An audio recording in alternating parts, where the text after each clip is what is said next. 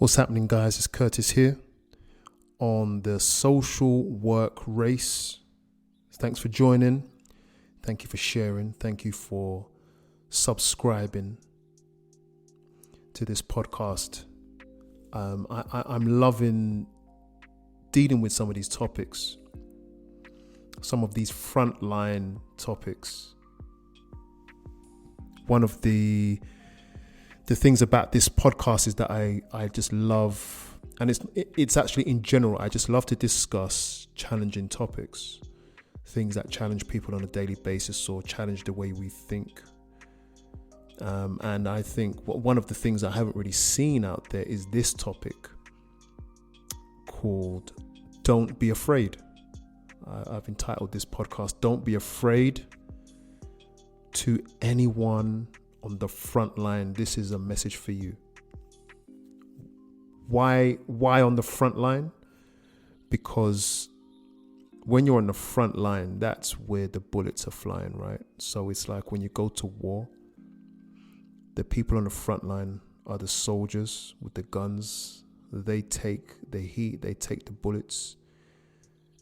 They have to duck and dive the rounds and the mines and the grenades. That's us on the front line, and that is not only social workers, of course not.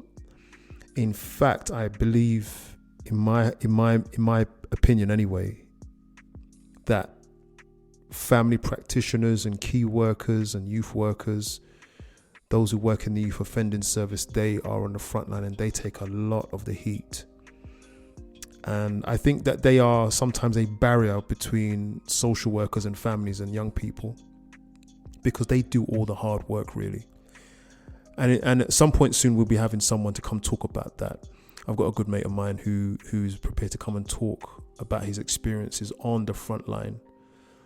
And whilst we talk about this, it really is just to expose what's really going on, and also to encourage you, if you are on the front line, how to navigate this journey. It's not easy working with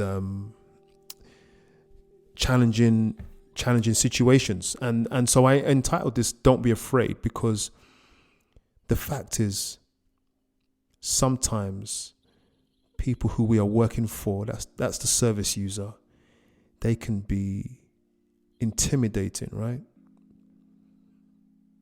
And I've seen it with my eyes, and I've seen it. And this is the thing, you can detect it in the assessments, which is something I'll talk about in a moment, that sometimes people are afraid, or sometimes social workers or practitioners, whatever they may be, they might be afraid of a young person or a family, because they trigger or they bring a particular kind of stress, or they're just difficult. It's just difficult to get past that first hurdle, and so we can become afraid. And in my experience, I've had, in particular, back in the day, particularly stressful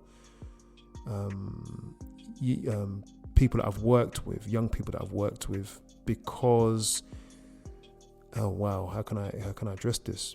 I think it was partly stressful because management had me pandering to the young person rather than and this is working in youth justice, rather than just, walking a real straight line with them. And I think it damaged our relationship. And so it made the engagement process, the weekly engagement process, very difficult, because the ball had been rolled out wrong in the initial stages. And so that's a real thing. I can relate to the fact that there are some clients that are just difficult to work with. However, I have reflected on my past, right? And I am very reflective. I have strengths and weaknesses, and one of my strengths is that I'm very reflective. I'm always thinking about how I feel. I'm very self-aware, and I will always critique myself before I do that with others. I'm very open about my experiences, So I can relate to that whole sense of stress and fear. And if we just take a moment to look at how that happens, because sometimes a service user, they have barriers to intervention from social services. Why? Well, partly because of culture. I know that for a fact. I've worked with people from various cultures in the UK, and they do not like social workers. Just that alone, let alone professionals. It's not that they don't want the support, they just don't like social workers. And one of the main reasons I've heard is because they feel that we're going to take their children away, right? We're just going to come, and I've heard that very recently. I just feel that you're just going to come, prejudge, and then take my kids when it was a mistake that I made, and that's not necessarily what we do. They're trying to protect themselves from disruption, possibly embarrassment. Sometimes culture can bring embarrassment if a service user is really doing their best for their child, for example, and it doesn't work out. And so now you need a social worker. It means you're not doing a good job, and so they may reject our help or be really quite hostile. Or maybe they've had bad experiences. And this is something that comes up regularly as well. And it's a lack of trust, being let down in the past. Maybe they've been in care themselves. And so we've come to them to support them through all of that. And the first thing we have to do is break through those barriers. And just to encourage you to be patient. Keep working it, but reflect on your fears and reflect on your approach. Because if you move in fear, and I've seen this, and like I said, I've read this in assessments, it will affect your assessment writing. And where you haven't met a family when you could have gone deeper, but you were afraid to, you can easily make things up in your assessment or draw false conclusions, which will anger the family even more.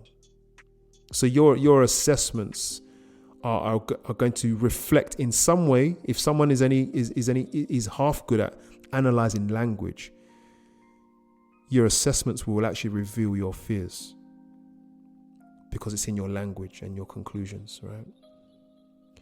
And what we don't want to do, and I've seen this, this was something that really drove me mad. I can't actually divulge, but I've seen prejudice because of fear in assessments.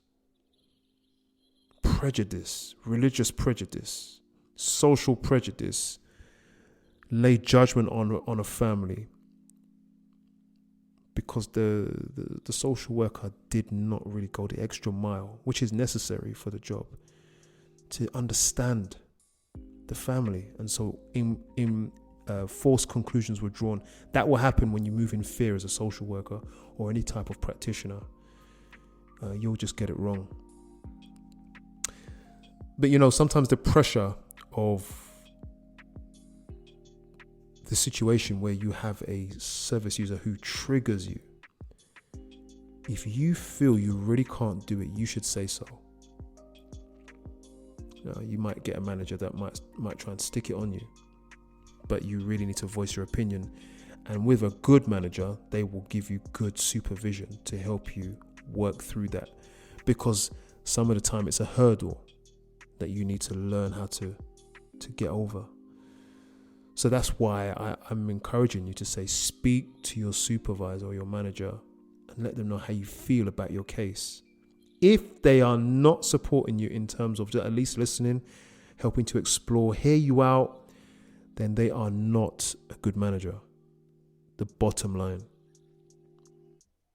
But if you think that this is quite a triggering family and you think that there is an inch of hope where you can push past your fears or triggers, you will grow. You will simply grow. You will become more resilient. You will become more intelligent because you push past your fears. Now, I just want to go back again. it doesn't mean that this family is for you. Sometimes you have a family that you just simply cannot work with, and that could be for a number of reasons. And it's not for me to tell you that you are weak because you cannot work with a family or an individual. But going back, if you can't, don't continue to do it if you're going to do a bad job. Don't do it. Maybe you need to insist, I cannot work with this person or this family. Because we're human, right? But if you think you can, if you think, let me take a chance and push past my fear, you will grow. And one of the things that's helped me is, in fact, it's two things actually. One of them is it PCF 6? I'm trying to do it by memory now. Critical reflection. Look back and ask yourself, how did you feel? Why did you feel that way? And that's some of our training, right? To question your strengths, question your weaknesses. So I was even taught, don't just look at where you're weak, look at where you're strong. Analyze why you're strong. Analyze yourself and say, can I? Evaluate yourself. Can I develop a new skill? You can do that. And that's critical reflection. Even for the things that you think you're strong in, question, is this one of my strong suits? Really? Why is that? Is that because I'm talking to people just like me? Critical reflection, right? Is it because I just like these types of people or this type of person? Is it a racial issue? Is it because we come from the same place? Or is it a delusion? Am I actually good at this?